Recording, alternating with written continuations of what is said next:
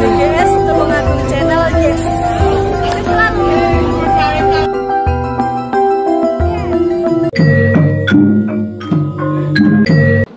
Assalamualaikum warahmatullahi wabarakatuh. Waalaikumsalam warahmatullahi Selamat malam, wabarakatuh. salam sejahtera dan rahayu. Rahayu. Ini suatu kesempatan luar biasa. Saya mendapat undangan spesial ini dari keluarga besar Persatuan Purnawirawan Angkatan Laut. Terima kasih tidak terhingga. Juga teman-teman Forsabda. Saya secara khusus dihubungi oleh Bapak Hari Yuwono dan diminta membincang secara khusus Pancasila sebagai falsafah bangsa. Bapak Ibu mohon maaf tidak terhingga karena saya kira file sudah terkirim ke operator, ternyata belum. Nah, yang terpenting adalah file ini bisa dibagi karena saya merancangnya sebagai upaya agak panjang untuk menggali pemikiran tentang Pancasila. Saya sebelum tampil, benar-benar tampil, kalau teman-teman yang ada di belakang juga tidak mungkin bisa mengaksesnya dengan baik, jadi nanti lebih baik di-share. Tapi saya ingin katakan di awal sesi awal ini, Pancasila sebagai filsafat, sebagai pandangan dunia, world view, bahkan sebagai ideologi negara, dasar negara, bukanlah suatu gagasan yang dirumuskan secara tiba-tiba oleh para pendiri bangsa. Ada sejarah, ada rentangan sejarah 1000 tahun panjangnya ke belakang yang bisa dilacak di dalam upaya memahami apa sebenarnya Pancasila dalam rentangan sejarah Nusantara sebelum nama Indonesia diperkenalkan secara resmi oleh para pendiri bangsa.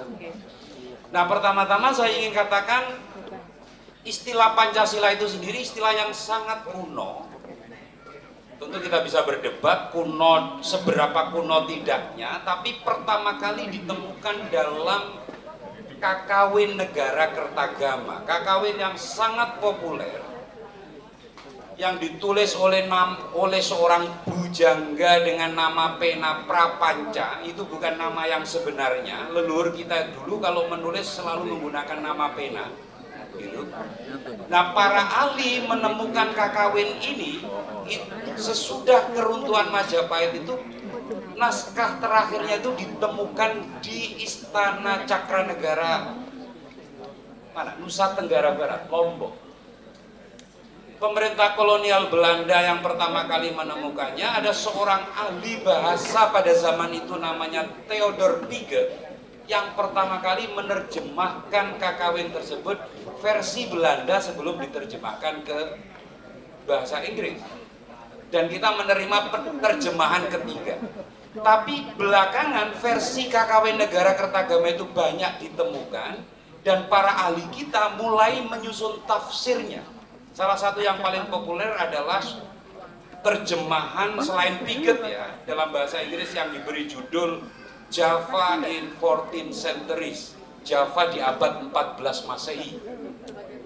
Lalu ada versi terjemahan yang lebih populer disusun oleh Slamet Riyana. Belakangan ada terjemahan dalam versi kakawin Bali, kakawin negara Kertagama maksud saya.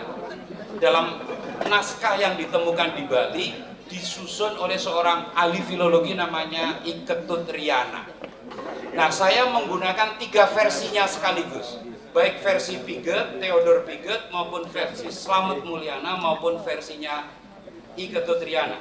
Saya menampilkannya di halaman pertama. Nanti bisa Bapak Ibu cek dengan membaca misalnya Iketut Riyana. Dalam kakawin negara Kertagama, istilah Pancasila itu ditemukan sesudah itu, Mas. Ditemukan dalam suatu buku yang secara khusus membicarakan tentang Raja Besar Sri Kertanegara, Raja terakhir Singasari. Nanti informasinya tidak persis seperti yang kita baca dalam Pararaton. Informasinya harus dikembalikan ke negara Kertagama. Karena dalam Pararaton diinformasikan negara ini dibunuh karena pemberontakan Kediri. Nah, informasi yang sama tidak pernah kita temukan dalam negara Kertagama. Dalam negara Kertagama justru Kertanegara dikabarkan muksa atau mukta dalam tradisi keagamaan yang lebih lama. Nah, saya mengutip dalam versi Jawa, tapi dalam versi Bali, juga dalam versi Latinnya, juga dalam versi terjemahannya. Meskipun saya tidak mendalami Sanskerta, tapi saya bisa bacakan Yatna Gekwani Pancasila Kreta Sangskara Biseka Krama. Nah, itu ada kata Pancasila. Kalau mengacu ini saja, maka Pancasila setidak-tidaknya istilah itu sudah dikenal pada abad 14 Masehi, ketika Majapahit sedang berada dalam puncak kejayaannya. Nah, apa maknanya? Kurang lebih itu menggambarkan suatu sikap teguh memegang Pancasila, berlaku mulia. Tindakan itu dialamatkan kepada tokoh utama namanya Sri Kertanegara, Raja terakhir Singasari. Saya ingin perpendek, ada Raja Besar Jawa yang digambarkan begitu mulia, digambarkan begitu mulia, lalu karena kemuliaannya itu lalu diabadikan oleh seorang sastrawan pada zamannya, disebut-sebut sebagai tokoh raja spiritual yang mencapai tahap jina. Jina itu kalau kita terjemahkan dalam bahasa sekarang sudah menyatu dengan Buddha, bahkan Buddha itu sendiri karena kualitas spiritualnya. Nah, ternyata dalam terjemahan Iketutriana, karena ini forumnya sangat banyak elemen ini ya, akademisi dan para pegiat kebudayaan, saya langsung menyertakan sumbernya, nanti bisa dicek. Dalam versi Iketutriana, ternyata Pancasila itu dikaitkan dengan ajaran lebih kuno lagi, namanya Bajradhatu Subhuti. Diambil dari mana? Diambil dari kitab abad 10 Masehi. Nah, kalau ditarik ke 10 kan berarti 1000 tahun dari hari ini. Kitab itu namanya Sanghyang Kamahayanikan yang kedua, Mas. Kita sebagai bangsa sangat beruntung, betapapun ini kitab kebudayaan, tapi ini ditulis pada masa Sri Isana Utunggadewa Empu Sendok ketika pertama kali membangun kekuasaan Mataram kuno di wilayah timur selatan. Kalau mengacu pada prasasti Anjuk Ladang, maka wilayahnya ya di seputar Nganjuk, Jombang sampai ke wilayah Mojokerto. Nah, kurang lebih pada masa Sri Isana Utunggadewa itulah ada raja itu sendiri yang memerintahkan dua kelompok agama untuk menuliskan kitabnya. Yang satu adalah Kakawin Ramayana dan yang kedua adalah kitab kebudayaan yang bernama Sanghyang Kamahayanikan. Dari kitab ini sudah masih selamat dan berhasil diterjemahkan. Bahkan versi yang saya tampilkan itu terjemahan tahun 84 dan resmi diterbitkan oleh Kementerian Agama sebagai kitab kebudayaan. Nah, melalui kitab ini kita menjadi tahu bahwa dalam tradisi kuno kebudayaan itu ada semacam olah spiritual dalam sekte kebudayaan lokal namanya Subhuti. Disebut-sebut oleh Iketutriana sebagai ajaran rahasia. Tapi kalau kita perbandingkan dengan tradisi sastra Jawa baik kuno maupun baru, ajaran rahasia itu nanti bisa diperbandingkan dengan kitab-kitab sastra Jawa baru, misalnya ditemukan dalam Serat Centini, Serat Cabolek, Suluk Malang Sungsang, dalam suatu konsep namanya Manunggaling Kaula Gusti. Jadi kan jauh sekali tuh Pancasila sebagai dasar negara ditemukan dalam tradisi sastra justru sebagai representasi ajaran spiritualitas tertinggi.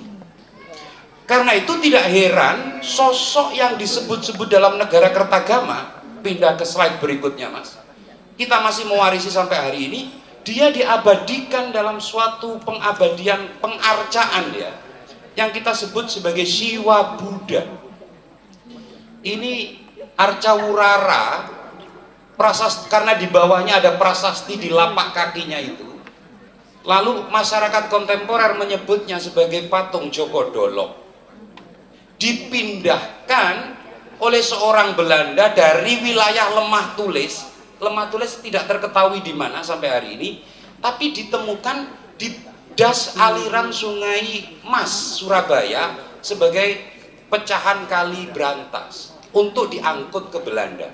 Karena gagal diangkut, maka dia diterlantarkan di wilayah bantaran Sungai Mas. Hari ini posisinya persis berada di depan kantor Gubernur Jawa Timur di Taman Apsari. Orang menyebutnya sebagai patung Joko Dolok.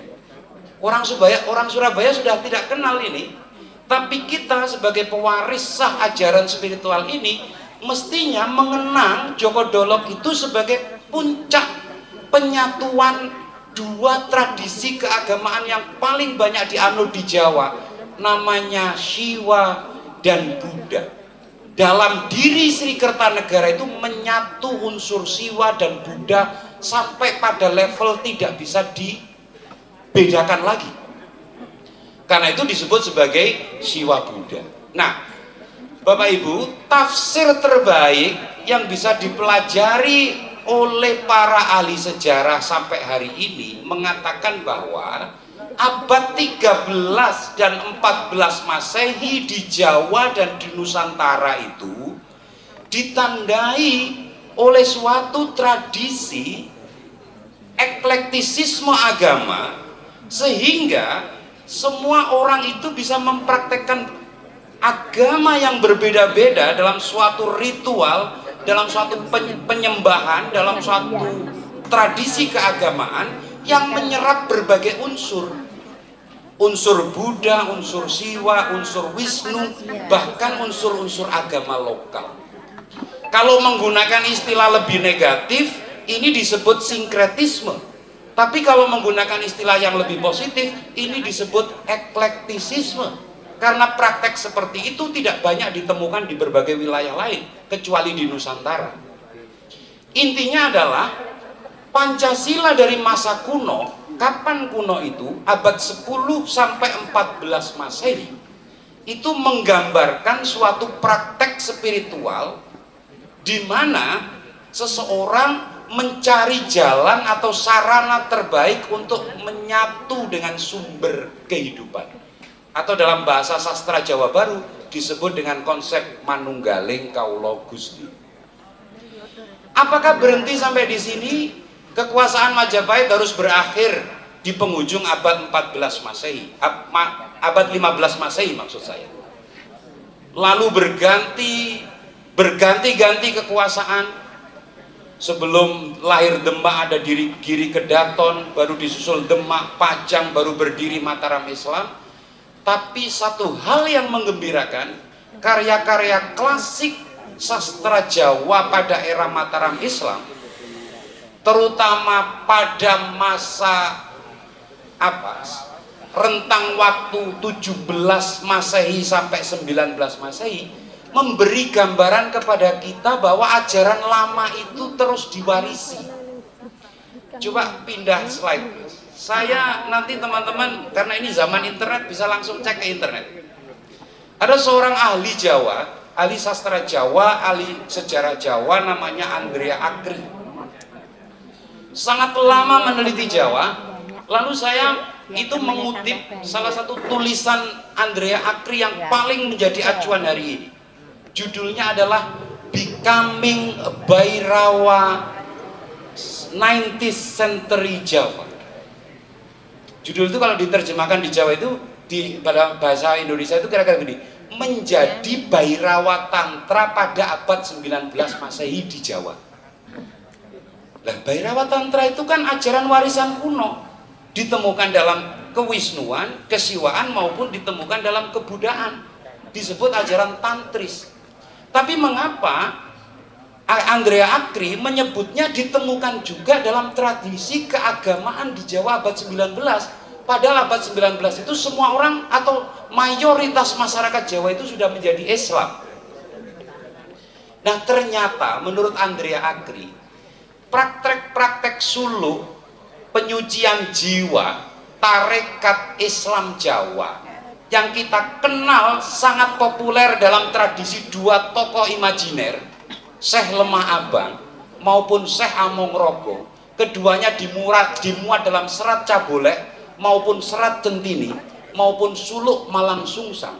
Sangat bisa dibuktikan secara kesejarahan tradisi mistisisme atau sufisme mereka itu ternyata menyerap sangat banyak unsur yang diwariskan dari masa Kertanegara, yaitu unsur tantrisme.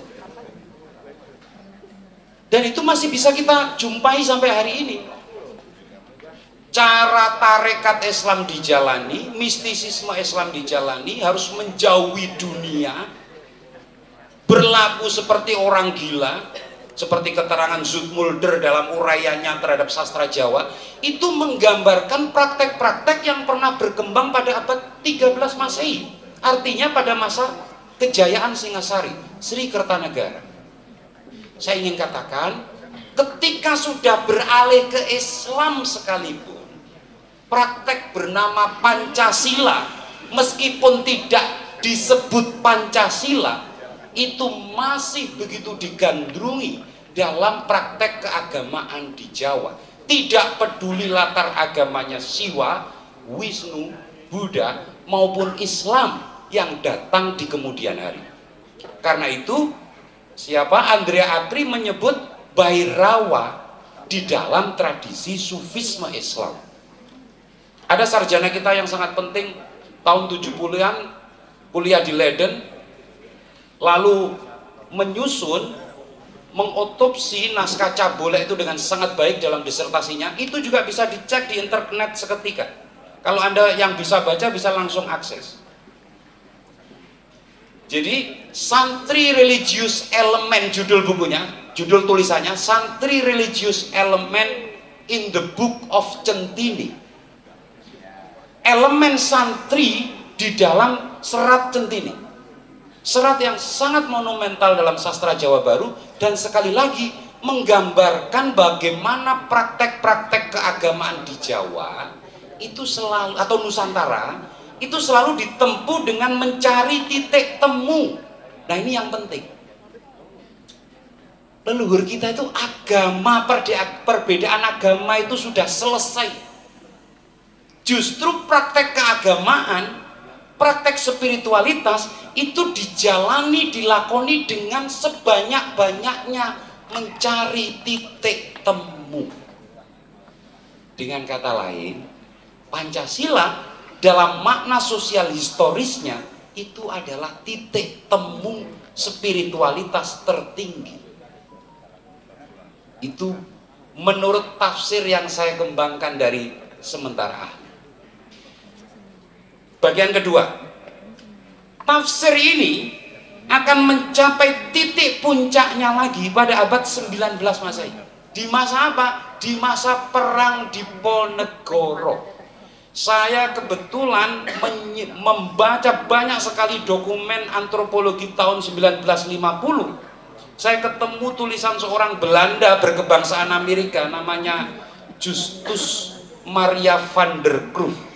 Bisa langsung dicek kalau yang mau di internet.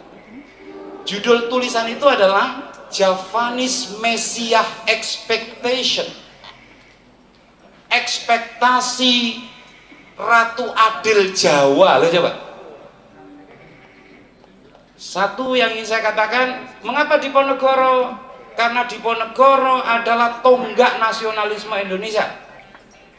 Kalau tidak ada perang Diponegoro, maka 100 tahun dari 1830 tidak akan ada ide nasionalisme. Perang Diponegoro itulah yang melahirkan ide nasionalisme di Jawa. Ketika gerakan nasionalisme dirintis pada tahun 1928, sebenarnya rujukan terdekatnya itu perang Diponegoro. Karena itu membincang Diponegoro dalam sejarah nasionalisme dan kebangsaan Indonesia itu wajib hukumnya. Pertama, sosok Diponegoro menjadi penting karena dialah perintis atau embrio nasionalisme Indonesia. Yang kedua, siapa Diponegoro? Dalam Javanese Messiah Expectation seperti ditulis oleh Justus van der Kroof tahun 50-an. Diponegoro itu adalah pangeran di Jawa yang tanpa ragu-ragu menyebut dirinya dengan sebutan Eru Cokro, Ratu Adil. Diterjemahkan dalam bahasa Inggris menjadi The Just King. Apa Ratu Adil? Justru Van der Kroof nggak memberi keterangan. Saya melacaknya dalam kosmologi Kali Yuga, kosmologi yang dikenal dalam tradisi kewisnuan. Dunia itu punya siklus kehancuran. Nah, masa kolonialisme di Indonesia itu dianggap sebagai masa kehancuran. Karena itu dunia yang hancur itu butuh kelahiran seorang Wisnu, titisan Wisnu. Itu adalah Eru Cokro. Karena fakta Diponegoro menganut tradisi sufisme Islam tidak cukup. Karena dalam tradisi Islam ada yang disebut sebagai mesianisme dalam bentuk konsep yang lebih mapan, namanya Imam Mahdi.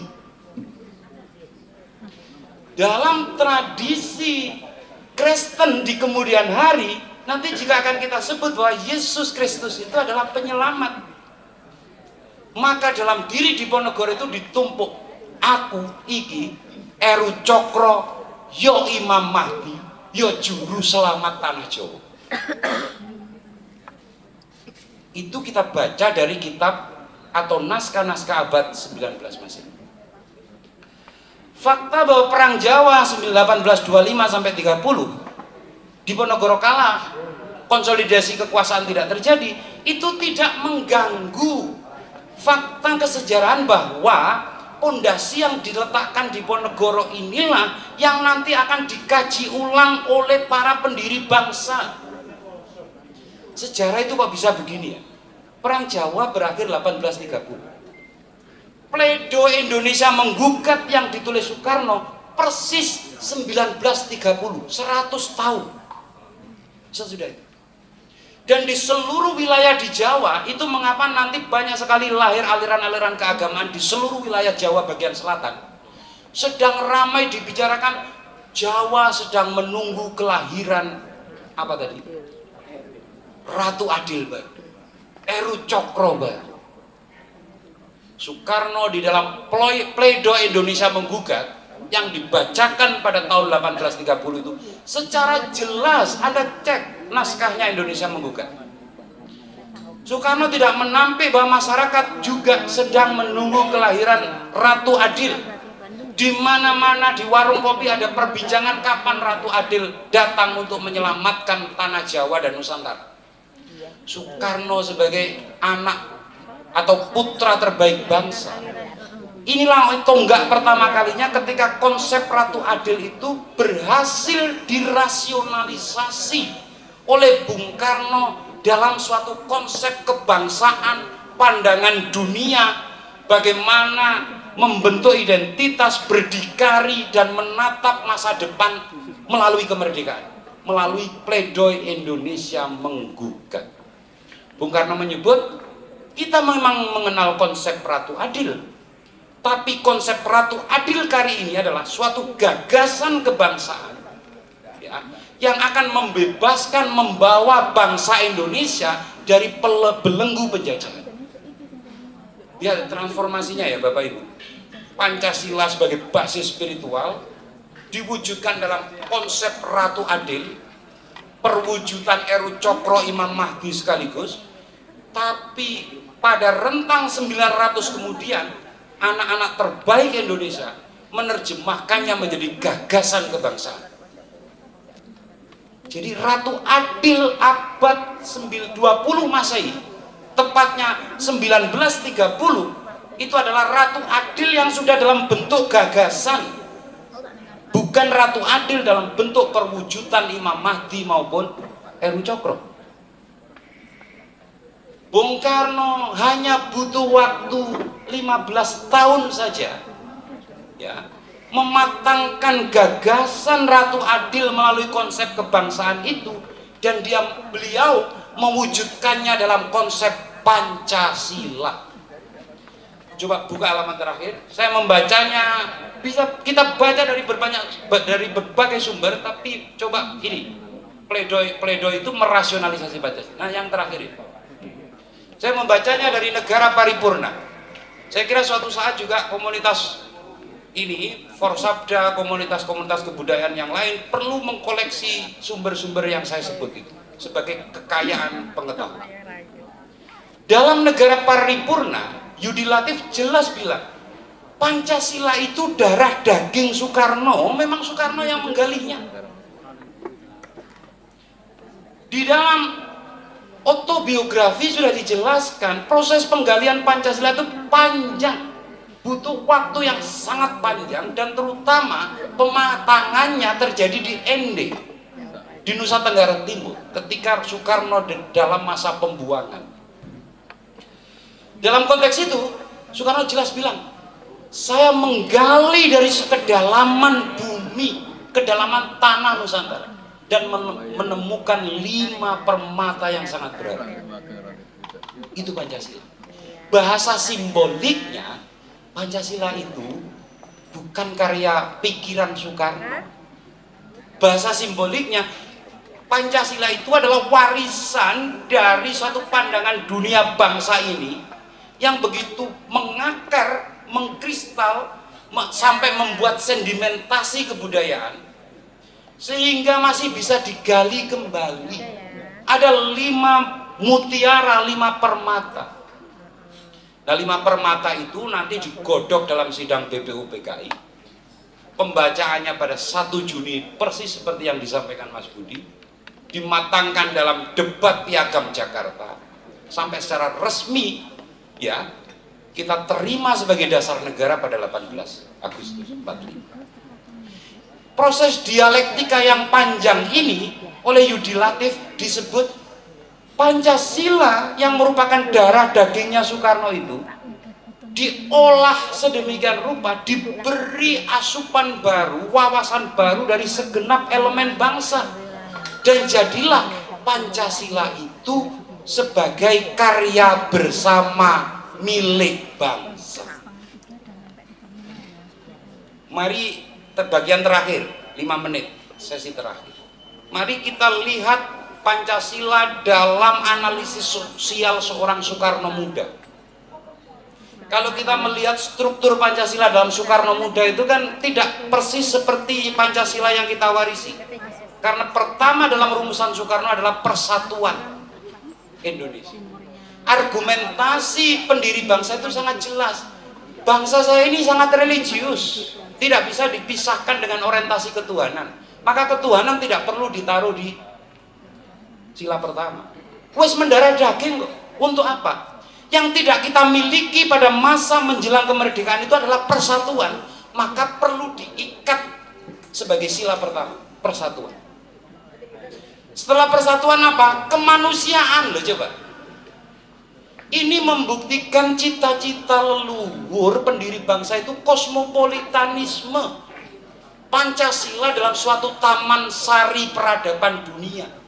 Bukan Pancasila yang kita diskusikan terus-menerus di warung kopi sambil melahirkan gontok-gontokan itu. Pancasila itu adalah suatu pandangan bangsa, kekayaan yang harus dijadikan sebagai kekayaan bangsa ini untuk didialogkan dengan kekayaan bangsa-bangsa lain dalam suatu taman sari. Kosmopolitanisme kemanusiaan. Ya. Baru kemudian permusyawaratan, baru keadilan sosial, dan yang terakhir baru ketuhanan. Mari kita ikuti logika Soekarno. Ini jangan sampai salah paham, karena di masa lalu ini disalahpahamkan. Ini hanya sistematika, hanya berlogika.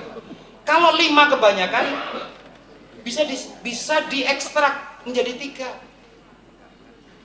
Bisa diekstrak menjadi 3. Sosialisme dalam pengertian berorientasi sosial, keadilan sosial, demokrasi, dan ketuhanan. Tapi bila masih terlalu banyak, bisa diekstrak 1. Dari mana 1? Dari darah dari DNA bangsa Indonesia yang tidak bisa dilepaskan dari spirit kata Soekarno, gotong royong. Inti Pancasila itu adalah gotong royong. Gotong royong dalam ekonomi mewujud dalam keadilan sosial, gotong royong dalam politik mewujud dalam permusyawaratan, gotong royong dalam agama mewujud dalam toleransi. Gotong royong. Nah, yang paling terakhir, yang paling gak ini, sebagai bangsa kita mewarisi kekayaan yang sudah final. Kalau disebut Pancasila itu sakti, saya pribadi ya nggak sakti, sakral. Karena akar katanya, akar pembentukannya adalah mistisisme, monisme, panteisme, penyatuan hamba dan Tuhan, manunggaling kaula Gusti, pamoring kaula Gusti. Sakral sekali. Tapi bangsa ini dikaruniai putra-putra terbaik dan mampu menerjemahkannya menjadi wawasan kebangsaan. Orang tidak bisa hidup tanpa gotong royong, dan gotong royong itu adalah asas kebangsaan Indonesia. Pertanyaannya adalah, kapan kita mewujudkan? Sepanjang sejarah Indonesia adalah perjuangan mewujudkan gotong royong. Ekonomi dieksploitasi dengan asas kapitalisme atau neoliberalisme sampai hari ini. Politik, saya tidak ingin ngomong ikut-ikutan soal dinasti-dinasti kan. Tapi kita semua tahu politik kita belum dewasa. Politik kita belum biasa. Kita dikaruniai presiden yang luar biasa sekalipun tidak mampu membawa politik kita pada pendewasaan. Agama, betapa cacatnya gotong royong kita. Betapa cacatnya. Setiap ada gereja mau berdiri, saudara yang lain menghambatnya. Setiap ada masjid mau berdiri, yang tidak satu mazhab menghambatnya. Di mana gotong royong kita? Yang ingin saya bungkus di sesi akhir ini, kita boleh berbangga, boleh mengglorifikasi bahwa mewarisi ajaran yang usianya 1000 tahun bernama Pancasila. Tapi ingat, tugas kebangsaan kita tidak akan pernah selesai. Berjuang menjadikan Pancasila itu nyata dalam kehidupan sehari-hari. Terima kasih. Selamat malam. Terima kasih kami sampaikan kepada Bapak Akul Firdaus atas pemaparannya yang sangat luar biasa. Kita tahu memang Pancasila itu bukan sesuatu hal yang sederhana. Dia diperas dan digali dan dilacak dari berbagai khazanah yang kita miliki di dalam diri tubuh kebudayaan kita. Ini tadi digamblang dijelaskan oleh Bapak Akul Firdaus, yang mana ini tambah membuat kita semakin merefleksikan dinamika yang sekarang terjadi. Saksikan terus BGS Tulung Agung Channel. Yes. Jangan lupa like, comment, and subscribe di YouTube ini.